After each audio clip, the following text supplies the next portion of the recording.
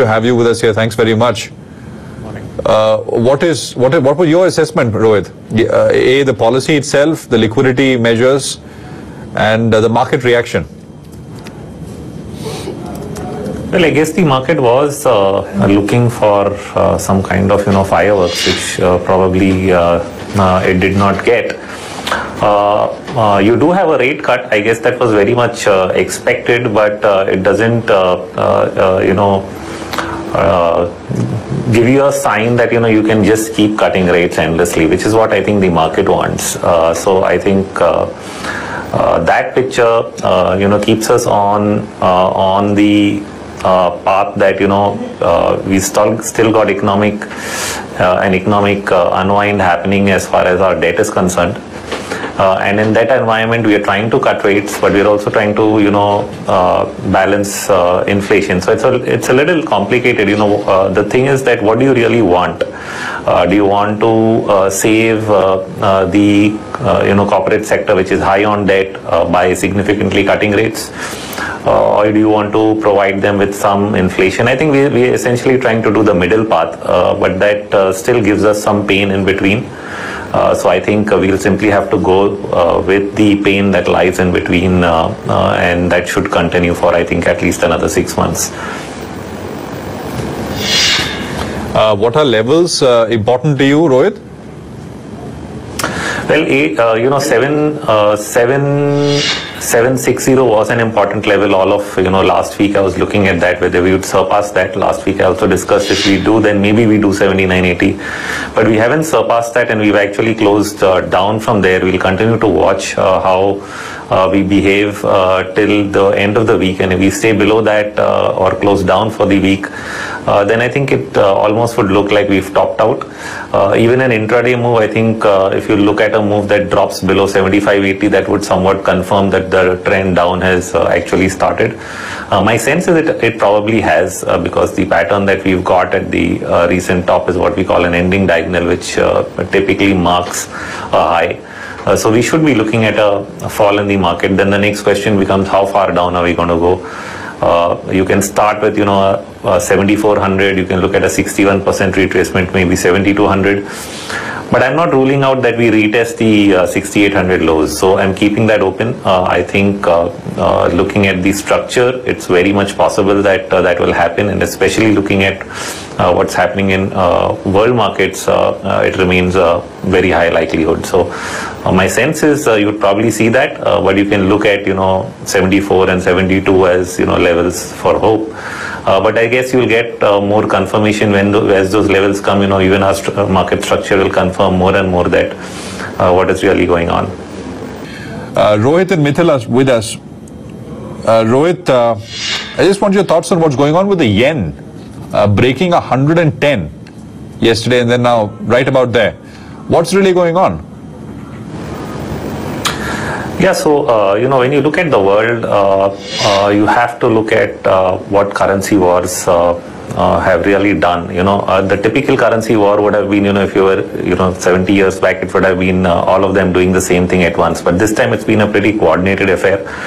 And I pretty much anticipated some of it because, 2 years back, what I wrote is that in the last cycle in 2012-13 also, we saw each currency pair weaken one after the other. So now when you put it in perspective, the US was the first to start weakening with its QE programs. And once that effect cooled off and you started, moving towards a strong dollar in expectation that is unlikely to continue, you had Europe join in with its own program.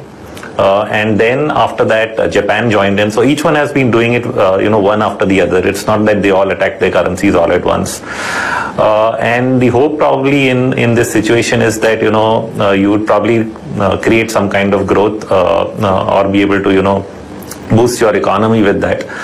There was a temporary effect, but the thing that we are learning with this, once again, the same lesson that you learn, once in probably a century, is that it's a zero-sum game. So essentially what you're seeing is moment these moves have been complete, we are not seeing growth anymore. And the table has turned once again where the dollar is beginning to weaken again. And so the gains that you are seeing with the yen and the euro actually weakening are being lost, and therefore every time you're seeing the euro strengthen or the yen strengthen, you're seeing those markets actually fall, and which is what you've seen in the last week or so. Japan and many parts of Europe, those stock markets have actually sold off as their currencies have started to appreciate. So it's really not helping. Now, if you say, oh well, the dollar is weakening, it's good for commodities, but the euro and yen are strengthening, and it's not good for Europe, it's not good for Japan. It may be good for some cross rates and maybe favor China to some extent and so on.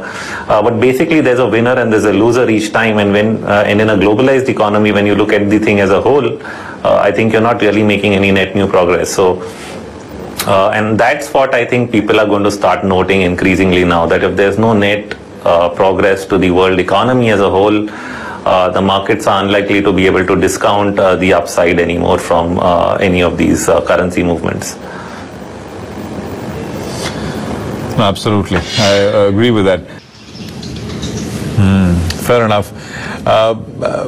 So a lot of ideas to sell. Rohit, same question to you. Any ideas?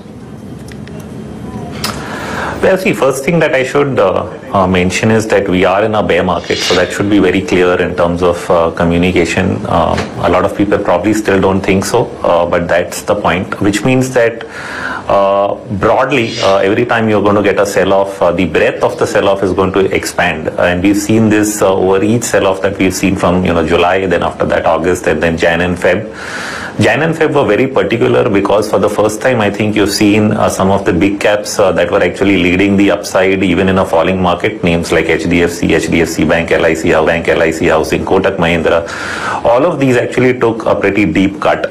And at that time, I said, continue to watch these counters. The next time the market rallies, if they don't make a new high, then I think it's a sign that the next sell-off becomes even more broad-based. So far that's not happened, and my sense is that almost everything would give up when the market breaks the recent lows and starts heading lower. So you really need to be careful on the long side. The only particular area which I've mentioned, like you've said, has been sugar, essentially because of agro commodity prices that have had a multi-year bear market hiccup. They can remain under pressure from time to time because of the market itself, so there could be short-term risk, but that was probably one segment. We also played out the metals rally, so the metals are now looking a little riskier here. Would you really want to be long, Tisco and Alco Vedanta now at these levels? I think probably not. You'd want to see a correction, and they may or may not move any more with metal prices. If their best upside is done, they could again resume their sell-off. So I think you need to be careful there from now on. Till a fresh setup shows up, I would probably be again negative there. So that again doesn't leave much room. So most of the trades, I think, from here on would be on the sell side. They could be, as you was mentioning earlier, in reality stocks. But if I mention one or two particular names that I've written about in the last week, one I wrote about yesterday was Tata Motors. It's pretty much been in a bear market for the last 1 year, and more recently it's bounced back and retraced 70 to 80% of the losses it showed in the last quarter. And I think that's mostly done, and the next leg down should probably start for Tata Motors. So I think that's one stock that I would look at. Probably could lose 50-100 rupees from here if and when the sell-off starts. And the next one that I would mention is Coal India. So somewhere you're seeing weakness, I think, in PSU stocks in general, not just the PSU banks, but if you just look at each one of them, they are beginning to lose ground one after the other. So Coal India was one which broke its recent lows and continued to extend. So possibly that's a weak stock. But like I'm seeing, it's going to be pretty across the board. I think there'll be very, very few places that you might see upside. One other stock where I think maybe there is some upside, and probably I've talked about it before, is Biocon. It's not one that really participated with the rest of the pharma sector, but actually it's consolidated over the last 1 to 2 years. And for that reason, maybe as a defensive, it does outperform or hold out or provide some upside in the market even in a bearish environment. So these are few probable names. But like I said, mostly you're going to see a broad-based sell-off as the index heads lower from here. Okay, good advice. I mean, be careful when risk off hits. It could get pretty ugly and pretty broad-based in the sell-off. Thanks very much, Rohit and Mithil, for coming in. Appreciate your time as always, and see you back soon again. Thank you.